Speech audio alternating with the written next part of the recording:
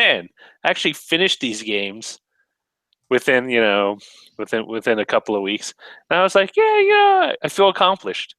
There's a level of the only arcade game I ever finished was Gauntlet, and that was at Tech TV in that time one. period.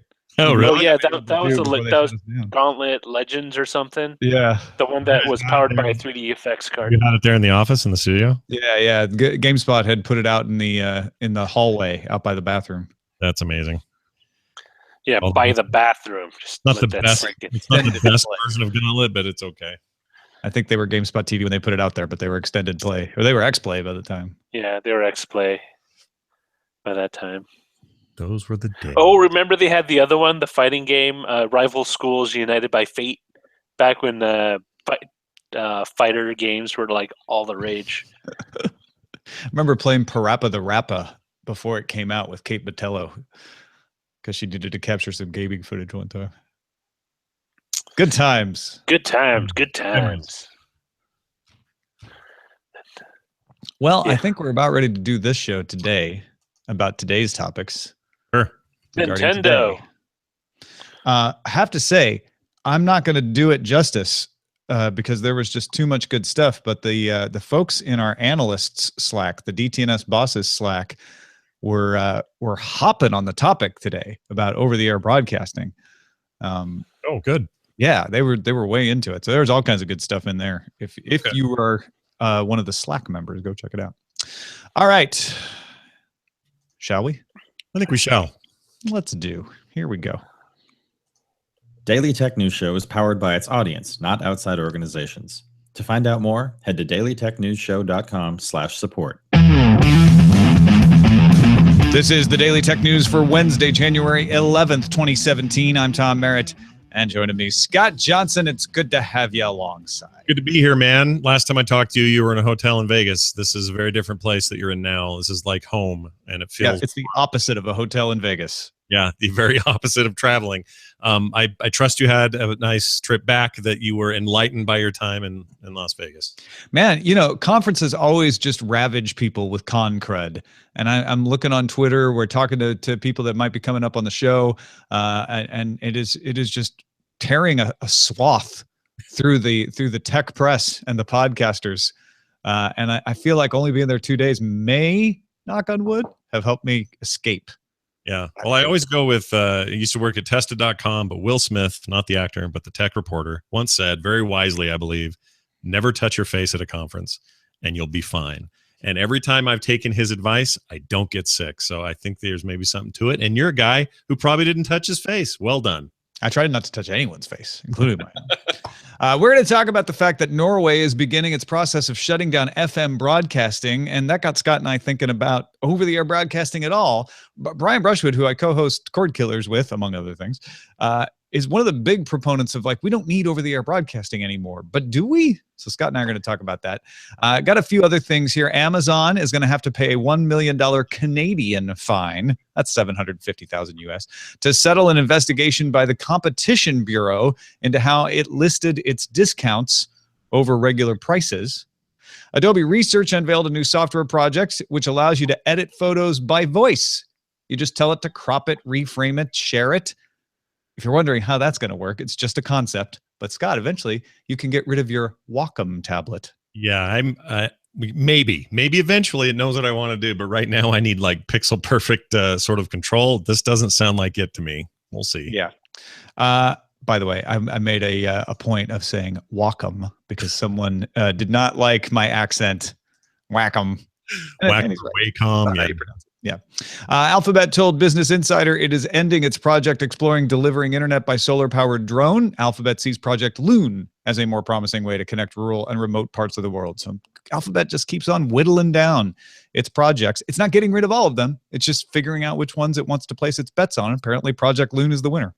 They've got the money. They can throw it at these things and find out. I really like that they do this, so I'm not disappointed. I mean, I'm a little disappointed. I think the idea is cool, but hey, find the better thing. Keep moving. It's all good.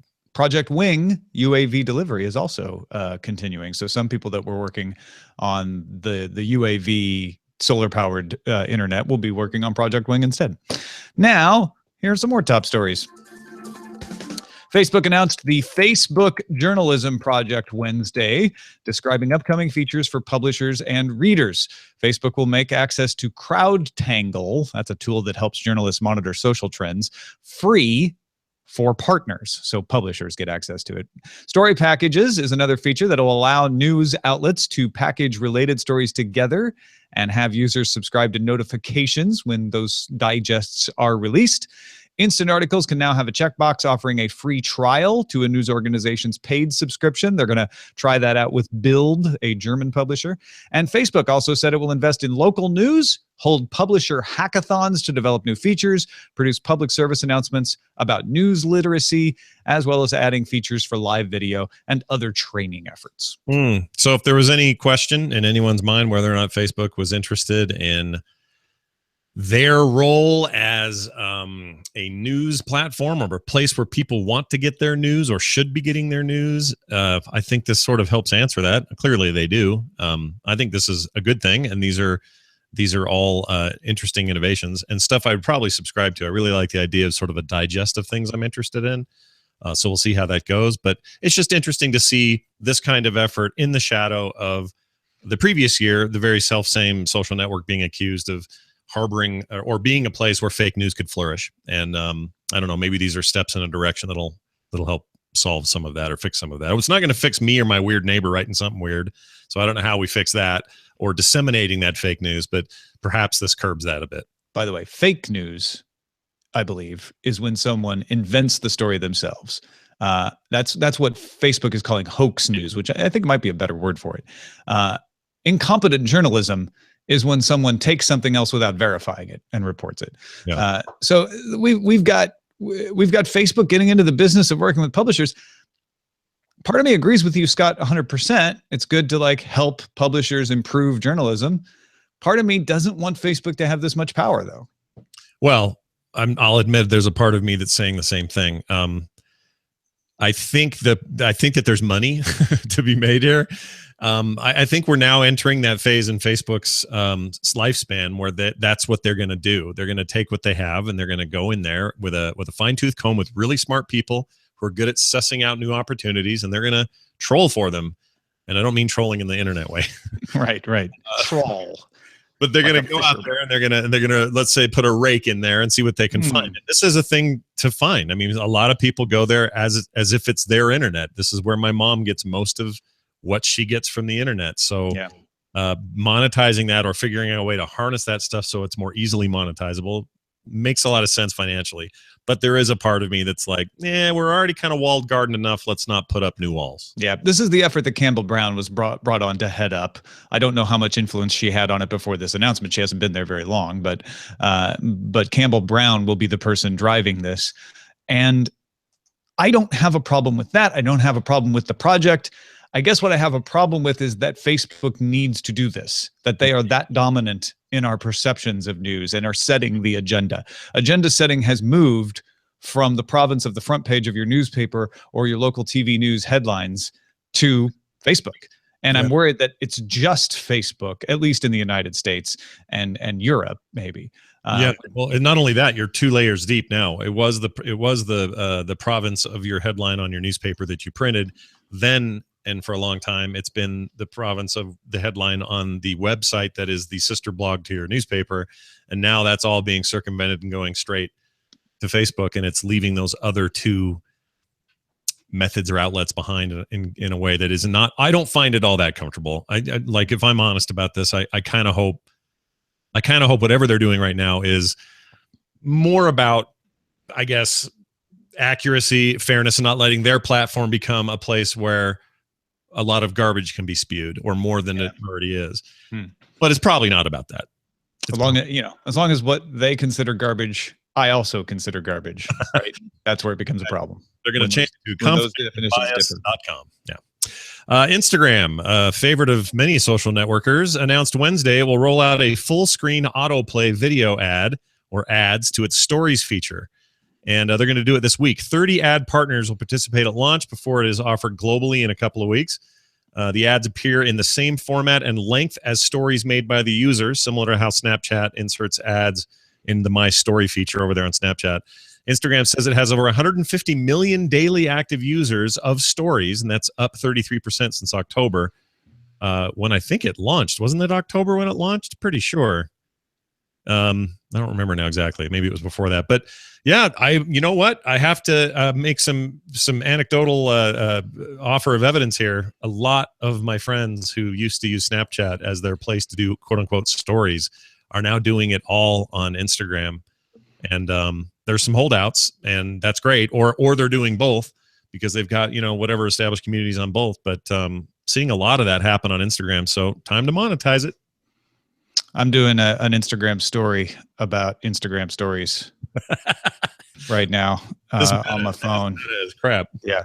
So you can follow me on Instagram to get that. I was really religiously posting to Snapchat regularly, and then I just sort of fell out of the habit. Maybe I'm just old, and maybe that's the division, is people who are already using Instagram get it and now get Instagram stories. And the question was, well, will that work, and will they stick around? And what this tells me is not only will they stick around, but turns out that Instagram will be able to monetize it too. Well, and Snapchat is monetizing it well. It's not like Snapchat's hurting. Right. And it's not as if, here's the big win for me. And this is why I think Snapchat has to be careful. Instagram already has a lot of sort of tendrils that go out in different directions. If I want to put a photo up on Instagram, I can very simply and easily share that to Flickr, Twitter, and Facebook. And the Facebook integration is pretty good because they're owned by Facebook. So of course that seems like that would be pretty solid. Not so much with Twitter, but it still works. So that kind of connectivity across platforms just makes things simple. So when they come along and say, hey, now you can do stories and filters and all this stupid stuff you're used to doing over on Snapchat, I think to myself, oh, all right, so I can do that one thing that I could only do at Snapchat. I can do that here now also, but also all this stuff is savable. I can shoot it off to other people. I can do time-based messages and photos to people that I want to go away after a while or whatever, all those advantages of Snapchat. But I've also got these, like I say, tendrils out to these other things I use. So to me, it's a huge advantage. And even though, and they've been pretty open about it, they came right out, and said, yeah, we're doing features and services that are just like our competitors. And sure, thanks Snapchat for the great idea. We're taking it in a new direction and whatever. They haven't really they've been pretty bald-faced about it. But the big advantage they have over some of these other services is Snapchat is still, for all intents and purposes, a pretty closed ecosystem. I just Snapchatted about us talking about Instagram. Oh, good. I'm glad you did that. Just to balance it out. Or Meta, yeah. I wonder if I always wondered if the Instagram difference with Snapchat was you have to make it look beautiful on Instagram, and Snapchat's like, hey, it's temporary, it goes away, you don't have to worry so much about it. And stories seem to be an effort to say, well, you can also do it that way here now, and that seems to have worked. Yep. Tuesday, Chris Latner, the developer behind LLVM and the lead on Apple's Swift programming language, announced he was leaving Apple, and Tesla announced he would become their VP of autopilot software. So they snagged one of Apple's top software developers and put him in charge of the self-driving car software aspect for Tesla. And then Wednesday, former Apple director of product design, Matt Casebolt, updated his LinkedIn profile to list himself as the senior director of engineering closures and mechanisms at Tesla Motors.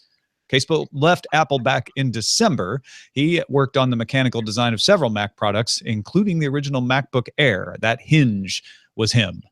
Yeah, those are two big hires for Tesla. What it's easy to look at this news about two of these guys, two higher ups, really talented dudes, leaving Apple and moving over to Tesla. But there's no trend in this, is there? We're not seeing a mass exodus of top talent from Apple leaving to go work on cars.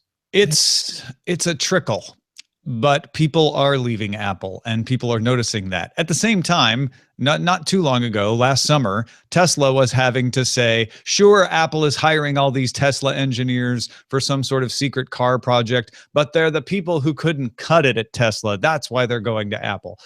So this does tend to be a little bit of a gossipy story. People leave jobs and go to other jobs for all kinds of reasons. And it may be that, like Tony Fadell left Apple and ended up going to start Nest. Maybe these guys were just sort of like, you know what? I just have reached the end of my usefulness here, and I want a new challenge, something outside of Apple. And actually, Latner said that he's going to remain a part of Swift. It's an open source project. So he intends to be active in the open source community for Swift. What's interesting about it is that how would it be that your options like these guys are fine, everybody. There's not some kind of weird rumbling happening. We're talking about two of the most exciting places to probably work in their fields in the world. And what an awesome opportunity it is to have to jump between those two. So good on them and good luck to them both. The U.S. Department of Transportation has lifted a requirement that airlines notify passengers that the Samsung Galaxy Note 7 is prohibited from being carried aboard U.S. flights. They don't have to tell you anymore. The FAA notes, that's funny, no pun intended, there is a high degree of public awareness of the ban. Samsung says more than 96% of Note 7 devices have been returned so far. That combined with the feeling that the word has been disseminated enough, they are no longer going to warn you. That does not mean, however, that flight attendant can't walk up and go, sir, you can't have that phone. Oh, no, it's still banned. Yeah, no, absolutely. Banned. It's just like, they don't say before every flight, remember, you're not allowed to have explosives with you. They assume you know that. You've seen that warning when you bought your ticket. So I think that's what's going on here. I think the more significant part of this is that 96% of the Note 7 devices have been returned. I was a little surprised that the number was that high, having seen Reddit threads and emails from people saying, hey, you know what? I have a really good reason in my unique case to keep my Note 7. But it sounds like all the efforts to educate people and to shut down the capabilities of the Note 7 have paid off. I mean, 96% is a high percentage when you consider some people just are going to want to keep it because they think it's funny to have around, or they forgot they have it, or whatever. Sure. Also, it's so high, I'm a little skeptical of that number, and I don't know why I have any reason to be. That seems really high and very efficient, and also so expensive. Like, I know this really hit Samsung where it hurts, and I know that both from a PR and just a raw cost standpoint on recalls like this, it's an enormous undertaking for them. I totally get that, but 96%, I just think there are people who are like, it hasn't caught on fire yet. I'll keep it till it does. Well, you talk about several million sold. That's 96%. 4% is still a large number of those kicking around, of people who just want to keep it. Yeah, that's true. Well, if I had one, I don't. But if I had one and it was my secondary device, I'd probably keep it. Just to see, you keep it in a fireproof case. Yeah, because I feel like it is one of those things that collector's item. You're such a hoarder. It'll be like Antenna Gate, or maybe worse than that, obviously, because everybody had to return them. But you go to open up the box, you've been keeping it in all these years to show it to somebody, and it turns out it burned up. You never even knew it. You open it's just molten plastic in there. Yeah, exactly. Microsoft's been under the gun from a lot of people, including some governments, about changing how it presents privacy options in the installation of Windows 10. So it's going to roll out a new interface, starting with the Creators Update. And if you're one of the people that's using the insider builds for previews, you should get that pretty soon. In place of the Express settings, that's the one that annoyed people because you had to click multiple times to go in and turn off the privacy violations. You had to, if you didn't want to send stuff to Microsoft, if you didn't want to be tracked for ads, you had to click a few times into it. There's now going to be a new screen that'll show up right in front of you called Choose Privacy Settings for your device. It'll have on-off sliders for location, speech recognition, tailored experiences, and relevant ads. And then the diagnostics option, you won't be able to turn it off still, but you'll have a full or basic option. And the basic option is now reduced. The basic option will strictly send error messages, not usage data. Before, the basic option would send a little bit of app usage data, and there was no way to turn it all the way off. So this is closer to being able to turn it all the way off. All those settings and more detailed controls will also be available under the privacy heading in settings after installation as well. Will this pop up the second I open Windows after the update? Is that the idea?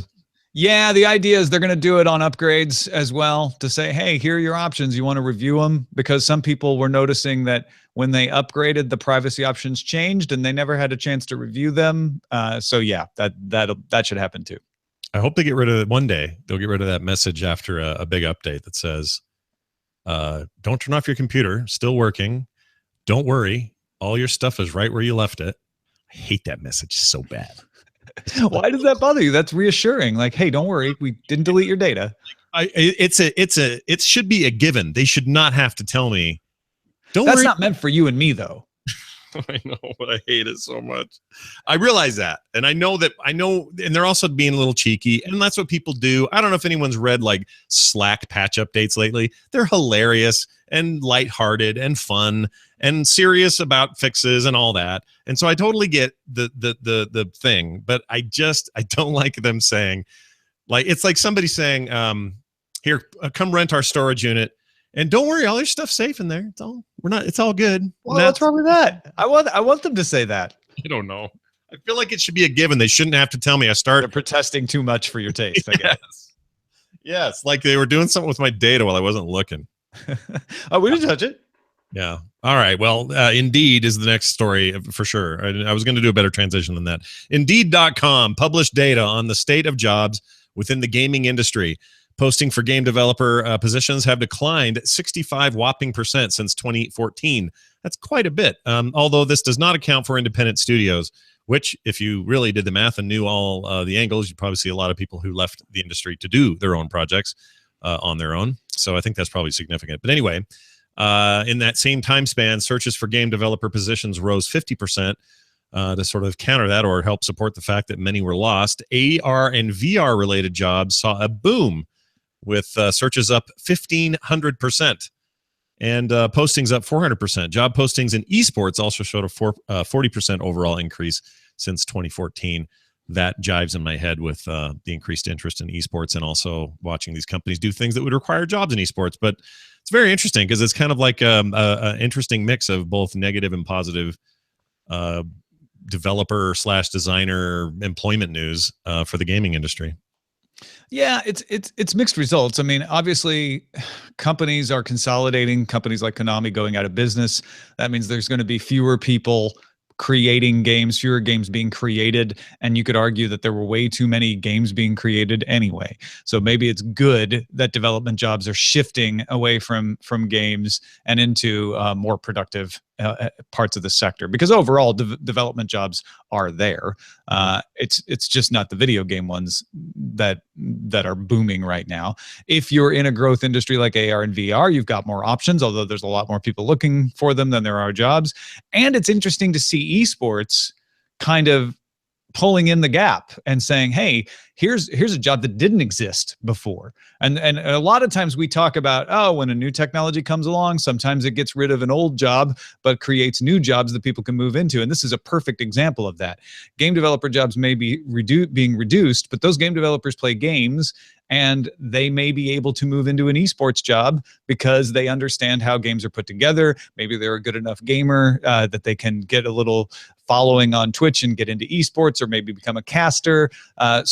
So this is an example of that happening right in front of your eyes. Yeah, totally. Not only that, but being big studios with big AAA titles, that's a thing that is waning. And what you're seeing instead in their place are lots and lots and lots of little independent titles. Also huge shifts to mobile development. And sometimes that's like one or two guys.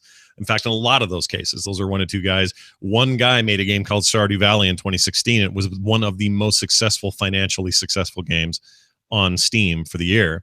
And it's one guy. Now he's on other platforms and he's doing great. So point is, what you're doing is you're seeing less, basically our demand for this entertainment has just been spread out to a lot of other ways of getting it, in casual ways, in more portable ways, and certainly in more independent ways. And we're not relying on those 5 or 6 giant, huge titles that come out every year with 300-person teams.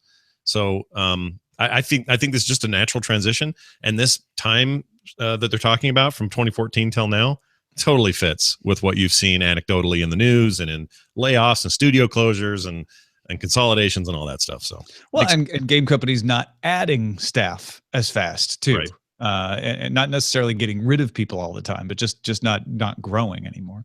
If you're a game developer out there and you've got a perspective on this, we'd love to hear about it. I'd like to know your firsthand experience. Feedback at dailytechnewsshow.com. If you want to get all the tech headlines each day in less than 10 minutes, you got to go subscribe to dailytechheadlines.com.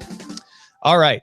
At 11 a.m. Wednesday, FM broadcasting in Bodø, Norway ceased, leaving only digital audio broadcasting. Now, analog broadcasts in the entire country are set to be ended by the end of the year. So they're starting at the north end, and working their way down.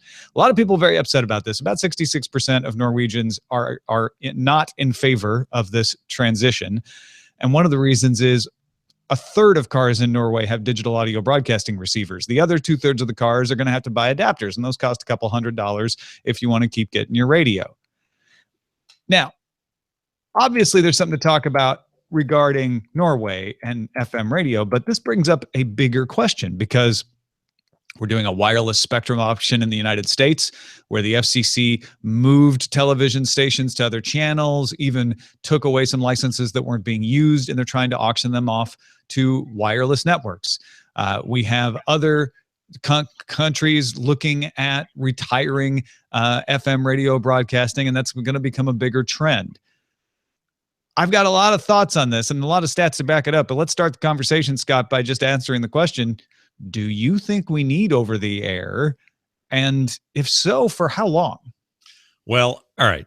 I'm of two minds. The prominent one is probably the one that is always worried about a little bit of redundancy, and I like redundancy. I like the idea that we have a backup plan. Now, when you're talking about over-the-air broadcasting, we're not just talking about top 40 music or Clear Channel channels playing the best country songs of the week or any of this stuff.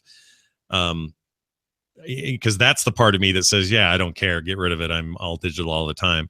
But there's this other part of me that says, there are a lot of other uses for over-the-air broadcasts. There's a lot of reasons why telling a bunch of people who are in an emergency situation or something like that, everybody get to FM channel 88.8 because that's where the information is going to be about where you need to go and what you need to do.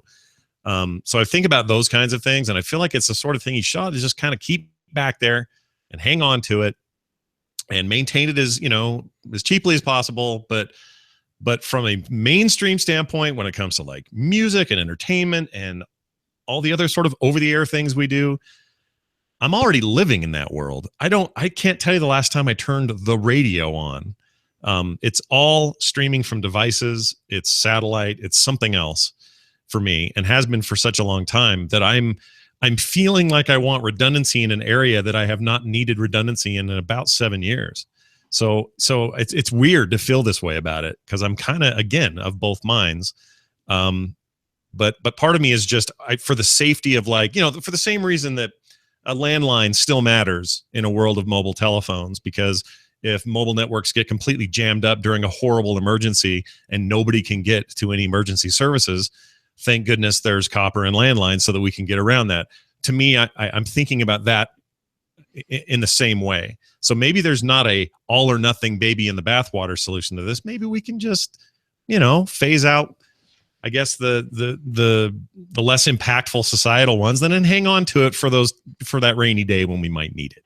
Yeah, I don't think most of you would argue that eventually some kind of wireless broadcasting would be better as a two-way system. However, there are some good arguments against that. That said, I think the question is, well, but when do you retire a system? Because the trade-off is, if people are still using it, we shouldn't retire it. But at the same time, we might not be able to develop the wireless internet replacement for it as fast if we don't have the spectrum for that. And everybody's always complaining about there's not enough spectrum. And one way to get the spectrum is to stop using these broadcasts that fewer people use. So to me, the question becomes availability. If you're saying, okay, at a certain point, we have to retire an older technology to encourage the newer technology and give it space to grow, then when is the availability the same? So you can tell people, look, we know you're used to this old technology, but you can get this new technology fairly easily. And right now, according to an analysis of the FCC's mapping, about 90% of the US population is within range of at least one digital television antenna. I'm going to look at television for this example. Sure. Whereas 81.3% of the US has an LTE signal available as of November 2016.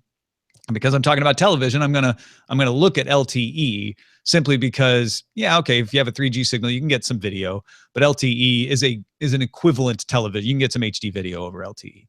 Because if you look at 3G, that number goes above. There are more people have access to a 2G or 3G signal than have access to over-the-air television. And I think that tells you something. Mm. LTE is going to continue to expand this year, and it's going to pass the availability of digital television. So you would start to think, okay, well, maybe it's time. Maybe it's time to just tell people, hey, you know what? We've got inexpensive LTE phones out there. You can hook them up to televisions. This is the new way to do it. However, the FCC has had a hard time getting wireless companies to bid on the freed up spectrum from TV license holders. All those telcos were saying, we don't have enough spectrum. We don't have enough spectrum, until the spectrum was there. And they're like, yeah, we don't want to pay that much for it. Broadcasters and wireless companies have been far apart in price, with forward auction bidders failing to move off their stage 1 price of little over $20 billion, while broadcasters continue to drop their price from $86 billion in stage 3, or from $86 billion in stage 1 to $40 billion in stage 3. So in other words, if that didn't make any sense to you, the telcos have been saying, we'll pay $20 billion total for this spectrum. And the TV people are like, well, what about $80 billion? What about $40 billion? And the telcos aren't budging. So the 4th stage of this auction, which has been going on for about a year now, will start on January 18th. Is part of so where does that affect your opinion, Scott? Well, all right. So, I mean, you basically just described a scenario where there's a better method, right? Like if it's LTE and there's a broader spectrum to purchase by and get your hands on, then that's probably where this stuff should go. Certainly if it already outpaces digital TV reception. But is it in there, and this is purely hypothetical, but is it in the carrier's best interests to continue to exist in a world where the general perception of the buying public, when you say the word LTE or 4G to me, I think of expensive annual phone plans. You think of data caps, right? Right. I don't think of, ooh, that's a new place to hear and see the things I get. But is T-Mobile, in the United States anyway, is T-Mobile changing that? Because now all their plans are unlimited, and video stopped counting against your data cap from a lot of sources already. Right. I mean, that's where it starts, and then, you know, I mean, competition drives this sort of thing. Let's hope that that's enough in a very limited competitive environment when it comes to wireless carriers. But that perception, just like you need to pay us money per text, or back in the old days, you need to pay us money for long distance calls because they're so far away, so much cost involved with these long distance calls. If I've learned anything in my adult life, is that was complete bunk. Like the whole thing in my childhood of the best long distance rates with AT&T was just this weird little, let's skim a little extra money out of everybody kind of trick, because now virtually doesn't exist. So in my mind, it's also a perception thing, and consumers being educated in that way and not hearing the word or hearing the acronym LTE and immediately jumping to, oh, well, that's a phone thing. Why that can't, what does that have to do with my radio or my TV or my anything other than my phone? I don't watch TV on my phone is an old person's reaction, but it is a reaction that's going to be around for a while. Right. Exactly. So, I mean, even I'm having this happen. There's a dissonance in my head that says LTE phones, digital television, antennas. I get it, right? Broader spectrum, radio spectrum, all that stuff is a different place than LTE. LTE is this small controlled thing that Verizon, AT&T, T-Mobile, and others. Forget about LTE though. What if it is, we've blanketed close to 100% of the country in internet, and you can get your television and your radio over the internet now, wherever you go, whether it's at home or on the go. Forget about LTE, because I brought up LTE as part of my example, but what if that was the proposition? Well, but doesn't that clash directly with other preconceived notions about how internet should be paid for? So in other words, if I get into my car right now, I've paid for my car, I've paid for the radio that's in my car, I paid for the gas that I'm using to get somewhere. And so I can turn on the radio and hear whatever I want to hear and flip around. And it's commercially supported stuff that I'm not having to pay some limit or have a cap to or any of those things. If that's what you're telling me is on its way, then absolutely that's the way everybody should go, and that's where we should be. Yeah. But they're going to wireless internet is not going to be free. You're absolutely right. Yeah. But let me introduce right. Let me introduce you to ATSC 3.0. ATSC 3.0 is the next version of television broadcast standard. It has been in the works for a long time, and they keep trying to update it so that it can take advantage of the latest technologies. And there's a lot of controversy over when it's actually going to be rolled out to broadcasters. But ATSC 3.0 includes 4K broadcasting, so free over-the-air 4K and possibly HDR broadcasting. They may be able to work HDR into the spec. Can integrate with the internet for things like ad delivery, so that if you do have an internet-connected television and you're getting a free over-the-air ATSC 3.0 signal, it could customize ads to you, which is more valuable, makes free over-the-air broadcasting more monetizable. But here's the catch. It'll be IP-based, not an MPEG stream, which means that it can allow things like encryption and access restrictions, as well as video on demand, so that free over-the-air signal can suddenly be locked up and maybe not free. Yeah. I mean, everything you described up to that point is awesome. That also doesn't have the cognitive dissonance of saying it's LTE or 4G. Like, there's a lot of advantages to everything you just told me, except for, I mean, yeah, video on demand, great. I think protecting people's IPs, great. Like the idea of protecting your product, whoever owns the rights to the thing that you're showing, if this helps them protect that, great. But it all smells like smelly DRM again to me. Just a little bit there.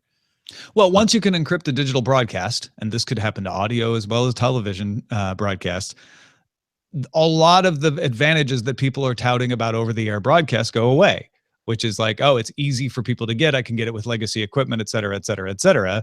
And ATSC 3.0 is not backwards compatible, but for the time being, broadcasters would still broadcast in the older ATSC 1 at the same time.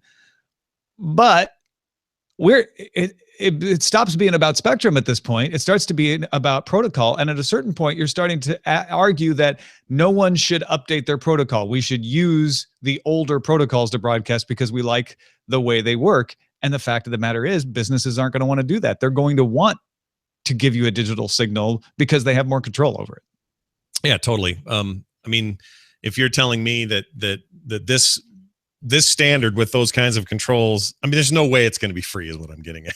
Like, I'm not going to be able to, I mean, maybe I can get my local channels because maybe there'll be some federal regulations that just make sure that we have access to basic services like public television and local affiliates or whatever. So that stuff will always sort of be there. But there's no broad future where a bunch of really rad commercially supported options are going to be available to me through ATSC 3.0 without somebody wanting to control that or get some money in there. And again, I don't blame them. This is business. I get it. They gotta try to figure out ways to monetize this stuff. But this feels like a situation where that gets a little weird and pushing people towards other kinds of spectrums that already sort of are confusing in the marketplace because we have caps on them or we have these notions of what they're supposed to be for. That stuff gets really hairy, and it's hard for the public to know what to do. Right now, you just turn your radio on and it picks something up or it doesn't. And that's and we're moving away from that. And I guess my point is, even the old ways of doing things are going to move away from that eventually. So then the question becomes, does Facebook's Aquila or Alphabet's Project Loon or any of these satellite companies that are competing to provide better high broadband internet coverage to the world, do they provide enough competition to where we can have low priced or maybe even free tiers of internet access? And that goes into things like Facebook All Access, where they give you 0 rated services, and then if you don't pay for a connection, all of these things being created for developing countries, for rural areas. Do they make it so that we can have some sort of emergency system, or is an emergency broadcast system antiquated on radio and TV? The argument runs like, hey, I've got an FM radio that works in an emergency. I don't have a mobile phone that works in an emergency. The battery's going to die. Is there a place for a crank charged mobile phone that can receive emergency text messages? And is that better for us than having a specialized piece of equipment that can't be supported anymore on FM radio because nobody's listening to it, and all the people are moving over to using text messages anyway, and you can push out text messages to people in emergencies? There's a lot of discussion to be had there as well. Yeah, I agree. I mean, that you can go too far in trying to keep things legacy and completely miss the point of it. Also, it's a chicken and egg problem. If I don't know about the emergency, is it because I have an old FM radio that's in the garage that I never turn on in case of emergencies, but it's not on because I don't know. So did I find out on my phone or not? Maybe I did. Maybe the radio did me no good at all. But now that I'm in the bunker, my only option is the radio, and that's not being supported anymore. Like it's not an easy solution. There's nuance to this argument, and I would love to be able to jump 20 years ahead and just say, oh, okay, this is what we did. But yeah. Getting there's going to be. I have a feeling the idea is that we got to keep these broadcasts going for a while. ATSC3 has been coming for so long. I don't think it's coming anytime soon. It's going to be a couple of years anyway. And I have a feeling there will be some kind of new service. And I don't even know what it is. I don't know if it's a wireless service, if 5G service, or what it is, Project Loon, that is going to change the argument about this in a way that we can't anticipate. That's usually what happens. I mean, over-the-air broadcasting and the technology therein was a complete game changer. Internet and how it works is a complete game changer. This probably is going to need one of those. And just like those other two things, you might be able to see the primordial bits of it, but usually it's in retrospect. Yeah. Gauchum says, as someone who lives in hurricane country, FM radio is still really important because that's the system that's been developed. Mm-hmm. And the question is that the right system at a point when people stop listening to FM radio for music? Do you still want to use it for your emergencies, or do you move that emergency notification system somewhere else? Because before FM radio, what did you do? I mean, right. The way you didn't hear as fast, I guess, but yeah. Sure. The way it used to be was like, all right, I'm listening to, Elvis or whatever, and they would break in, news break. It's been told that there's a tsunami, and that this is how you would know. Yeah. But we don't do that now. I don't have a radio on that's going to suddenly. No, but I get Amber Alerts on my text message. Sure. So there's no reason I couldn't get a tornado warning. There you go. And probably the places that do. We don't want to assume they don't. But the point is that, to say that we need these old ones is to say that it isn't to say they didn't serve their purpose, but it's time maybe to, I don't know. Yeah. It's like an arcade conversation we had before the show. Because at some point, relying on FM radio for your emergency, right now, it's essential. I get that in many areas. Yeah. But at some point, it becomes relying on something old and hard to manage. Yep. And then it's not the best way to do it. And we're kicking around is at what point does that actually happen? And I saw here, Strike It Rich asked a question that a lot of people were asking. Does this affect AM radio in Norway? There is no AM radio in Norway. They already got rid of that. So there you go. They don't have any crappy talk radio then. Good. Yeah. At least not on an AM. Thanks to everybody who participates in our subreddit. You can submit stories and vote on them at dailytechnewsshow.reddit.com. Quick message from Alan before we're out of here. We were talking about that LG phone with the 18:9 aspect ratio. He said, the most interesting thing to me about that LG phone is that it's described as 18:9 instead of 2:1. So people know it's bigger than 16:9. Marketing prevails over math. That's awesome. I love that, because we are getting to that point where our ratios are people. I mean, look, there's a natural human thing where we're like, we want bigger numbers. That's how we know progress is happening, even though it's just the same. So yeah. I'm all for this let's reset it 2:1. It's a squishing. We need to squish these numbers.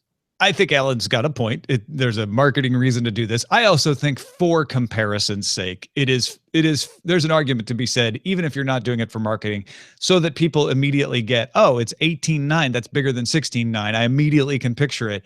Whereas you say 2:1, you're making people do the math to figure it out. So again, it just sounds tiny compared to 18:9. Yeah, it does, even though it shouldn't. Thank you, Scott Johnson. As always, what you got going on? Tell folks about. Well, I'm excited to let people know. In fact, we're simulcasting this on the channel right now. Things have gone a little nuts for me on Twitch, over at twitch.tv/frogpants. The channel was partnered. That means a lot of things. It means you guys can have control over the quality settings, so you can adjust it depending on your bandwidth. You can subscribe to the show and help support that direction. There's going to be a ton of new stuff over there, and there already is. So catch all the podcasts there. Lots of gaming, lots of art creation. In fact, right after this show, I'm writing right into this week's comic. You guys are going to be able to watch me make it.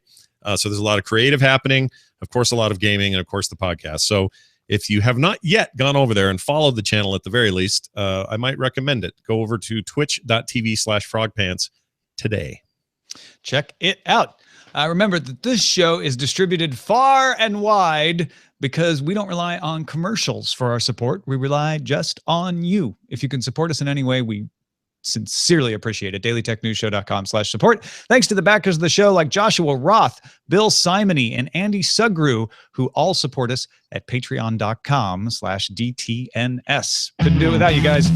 Our email address is feedback@dailytechnewsshow.com. We're live Monday through Friday, 4:30 p.m. Eastern at alphageekradio.com and diamondclub.tv. And our website is dailytechnewsshow.com. Back tomorrow with Justin and Robert Young alongside. Talk to you then.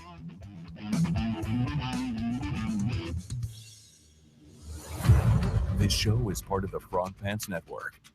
Get more at frogpants.com. Diamond Club hopes you have enjoyed this program.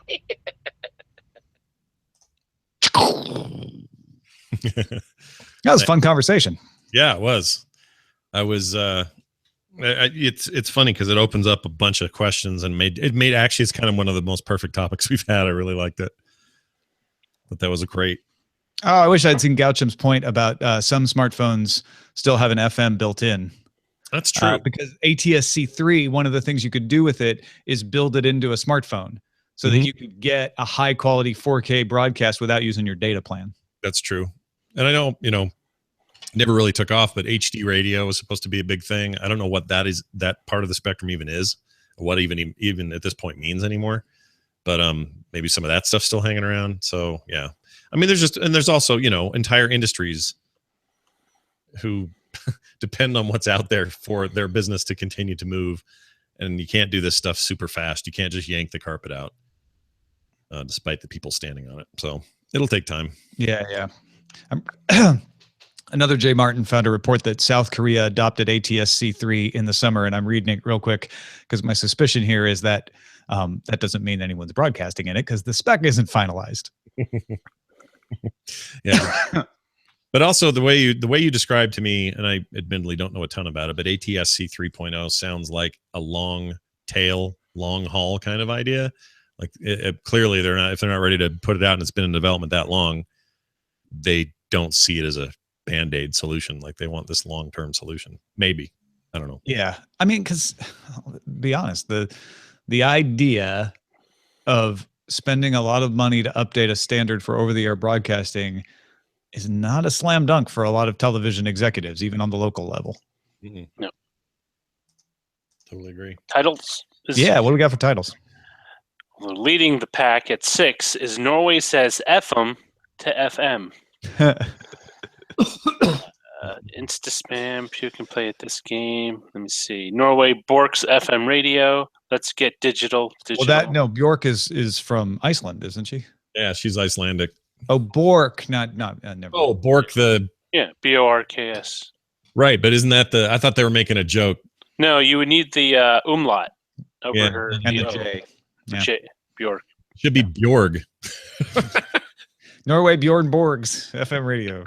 Don't confuse them. Besides, Norway did used to own Iceland or something like that. Oh, I like analog epilogue. It's fun to say. Epilogue. Oh, that's poetic. ICU. Yeah, I like that. There's also Pump Up the Analog Radio. What would Christian Slater say?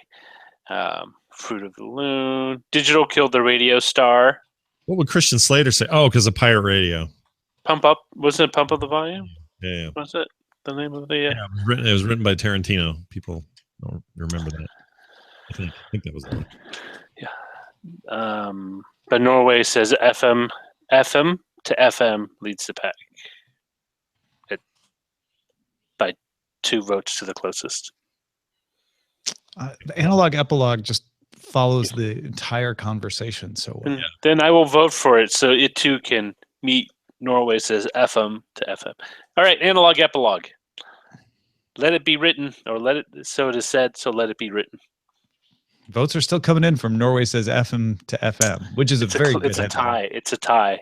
Besides, when's the last time there have been plenty of times already picked things that weren't at the top? Yeah, this is not a democracy. We just pick what we like. Your votes help us break ties, essentially. Your votes influence the electoral committee. Cat room, who I screwed up. It's not Pump Up the Volume. There's a Tarantino movie that I thought Christian Slater was in. Oh, you think Destiny Turns on the Radio? Oh no, you're thinking of the one with with Dennis Hopper. I know what you're talking about. Christian Slater. He wrote it in Dennis Hopper. True Romance. True Romance. That's it. That's the one. That's where she takes the. She holds up the little not screwdriver, a wine opener. Like she does that and right in the toe. He wrote that, and didn't he write that Oliver Stone thing with Woody Harrelson and what's her name? Natural Born Killers. I think he wrote that too. Oh, no, I hated it. I liked that movie when I saw it in the theater, and then when I resaw it in the, I wasn't as thrilled by it. Anonymous person in the chat room says our title selection is like NBA All-Star voting: 50% public, 50% media, and the players. Oh, I always thought the players. Is it? I always thought it was the owners, or am I thinking the NFL? All those sports teams have N or some other N or M. Not Major League Baseball. N or M? Oh, who has M besides Major League Baseball? Major League Soccer. Fair point. Forgot about MLS. They were imitating MLB, I think. It's the N's and the M's. NNNs. Actually, I've always wondered why it's M&M's and not. I mean, it's their names, but M&M's. And it feels so good. Although the best ones are the peanut ones, peanut M&Ms. I don't know why they taste better. What was M&M? Was it the name of the creators of it? Yeah, the initials. I think. Mark and Matthew. No. Luke and John. Meat and Muppets. Mark and Spence. Oh, that's an M&S. Mars and Martians. Marshall Mathers. Actually, what is M&M. Yeah. It's I understand why he called himself that now. Wow, Tarantino was busy. He went True Romance. Very next year, Natural Born Killers. He wrote those two in a row, and then he did Pulp Fiction. Or no, he did Reservoir Dogs the year before that, and then Pulp Fiction the year after that. Busy guy, and then I was so into Pulp Fiction when that came out. Great. It was so good. It's a good movie. That was in that time when you had to go back to the theater to see it again. Yep. Couldn't wait. DVDs and VHS didn't come out very fast. And so I remember getting the cassette and listening to the cassette because it had clips from the movie on it. Like some of the best lines. Yeah, that movie. Changed best limes. The best limes. Nobody move. This is a robbery. That was what's her name, who up till then I'd only seen her do like really mild mannered, like even kid show kind of things. Wait, who is this? In Pulp Fiction, the one in the restaurant. Oh, not Uma Thurman. Can't think of her name. Not Uma Thurman. Shoot, what was her name? Stood up and said, "Nobody move." It was Amanda Plummer. A man and a plumber. Amanda Plummer, and she was in the movie Hercules, and then she was in a bunch of old like lots of kid stuff. So when I saw, she was also in So I Married an Axe Murderer. Oh yeah, she is in that. You're right. She was a sister. She's pretty interesting. I think that was the last any of you FM radios Mike Myers movie I enjoyed that he made. Yeah, she was in Hunger Games Catching Fire. Yeah. Didn't she? She's married to somebody famous. Oh, Christopher Plummer's her dad. I didn't know that. She's the daughter of someone famous. Yeah. Oh, she was in The Fisher King. That's right. That was good. She was in Exodus, the Battlestar Galactica episode. Really? All right. She does. She's worked, man. Like she don't work. She doesn't just sit around. Glad you brought that up. My favorite thing about the new season of Man in the High Castle is we got two Klingons running around with each other in the first two episodes. I don't know how that ends up. I'm not that far in, but you got Leoben and I forget the black guy's name from Battlestar. Crap. Anyway. Oh, right. I forgot he was in Battlestar. Yeah. So those two just like Cyloning around. I'm like, wait a minute, what's going on in here? Awesome. in the neutral zone, which Yeah, has a distinct Star Trek-like quality in a world where Star Trek was never created. that hadn't even occurred to me until just now. So well done. I'm really digging it so far. I'm only 2 in, but I Gosh, I love really enjoyed that season and season 2. I love everything about it. And so I don't know why That's a people want to tasty watch it. burger. I would have. Well, I think it's that thing I always tell you about, where once I hear it's on Netflix or Amazon, it's an original. I just know it's going to be there, so I'm in no rush. Yeah. It's interesting. We have stopped caring about broadcast schedules as much as we used to now that we've been off of satellite for a while. Mhm. There's been like Sherlock. We didn't love the first episode of this season of Sherlock, so we've been kind of watching this week's episode down the road a little bit because we're watching Gilmore Girls on Netflix instead. And it's there and we're enjoying it. And so it's this slow erosion of being tied to the broadcast schedule. Now, that said, Eileen is such a huge fan of This Is Us that she was like, oh, we're watching that live. Mhm. So we did take a break to watch that. We haven't totally got off the I can see that. treadmill. Yeah, I mean, you have your things, right? Like Kim's on cloud 9 because she got her Food Network back. She loves that. And it's What did you end up subscribing to? PSVU? PlayStation View on your recommendation. Well, partly that. Mm-hmm. And it's been great. We really like it. And she's using it for, I mean, it's funny because she loves cooking anyway, and she likes being very gourmet and doing a lot of cool stuff, but she hasn't done as much of that since she hasn't had sort of that influence, you know? So once in a while, on Netflix, or she'll watch the Great British Bake Off or something like that, get all excited about it. But then now that she's seeing this, and she'll watch one of those shows where they're making some really cool whatever, and she'll just go nuts. And for the next week, we eat like kings. We spend less money on the food she used to make it. Oh my gosh, isn't it crazy? Yeah. Because Eileen made me start planning meals again for various reasons, just nutrition more than anything. And it was shocking to me. Like, I made this huge grocery list this week of stuff because of all the meals that she wanted us to make this week. And I'm like, wow, this is going to be pricey. $80 for 6 meals, some of which will have leftovers and turn into extra meals. Yeah. Yeah, no, like it's crazy. And it's not that we were eating out a ton, but we were doing it enough where her doing this has easily made up for the cost of PlayStation View. Yeah. Well, it's crazy, huh? Yeah, that's really interesting. That's a really interesting side effect. I didn't expect that. So pretty stoked about it. Yeah. And you know, $80 isn't just the 6 meals. There's staples in there, things, you know, blueberries and stuff for other stuff. But another thing that kind of had a similar effect in other ways was that minimalism documentary. She ended up watching that, and I did too. And man, the stuff we've given away or thrown out, just the way we think about excess consumption is way different. Like, it really. Did you watch that on Netflix? Yeah.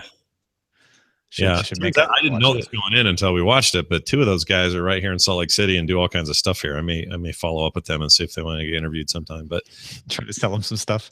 It was see if I can sell them some old crap. Clean out my garage. You guys want this?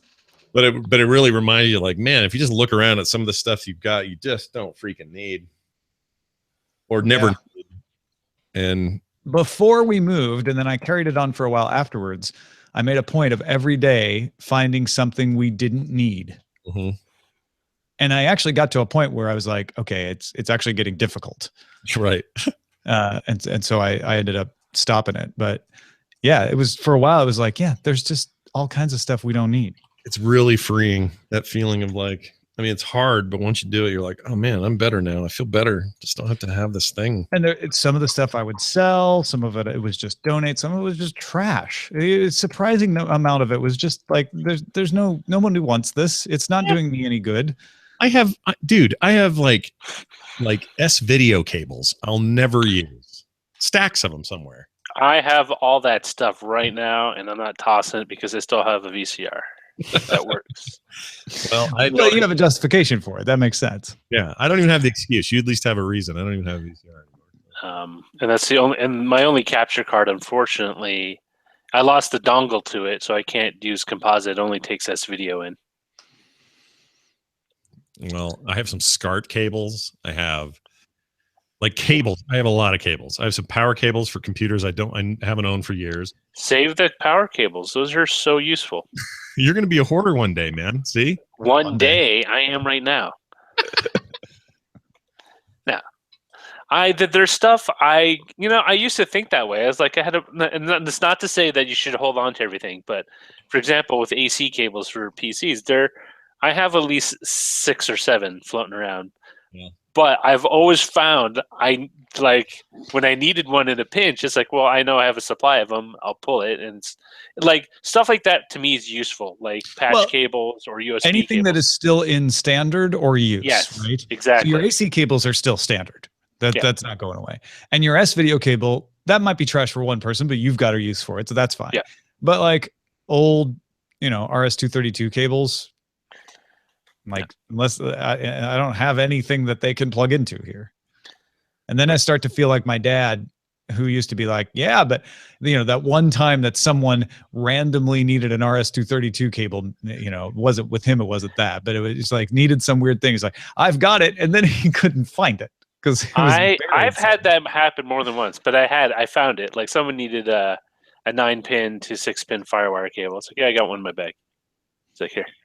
Yeah, that's how I think about it. But there's so many, and yeah, I've gotten lucky once in a while for sure. And I'm still going to always have a box of like go-to, but my goal is to like go to it once in a while and say, oh yeah, geez, that serial cable, sorry, never going to have a moment where I'm going to need that.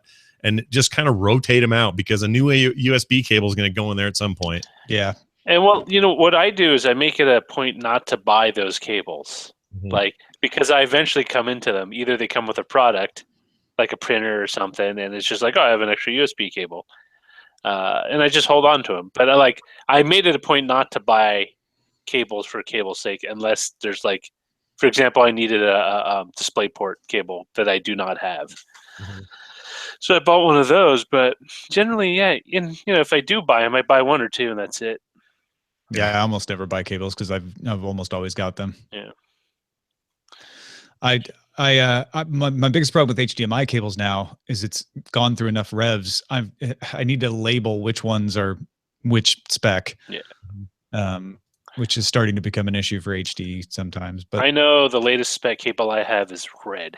So I know I need the was it HDMI 1 point? Is it 1.4 or something? Mm-hmm. In any case, I know. Just use the red one. That'll work. Because all the rest of my cables are black, so I can't tell. Well, I have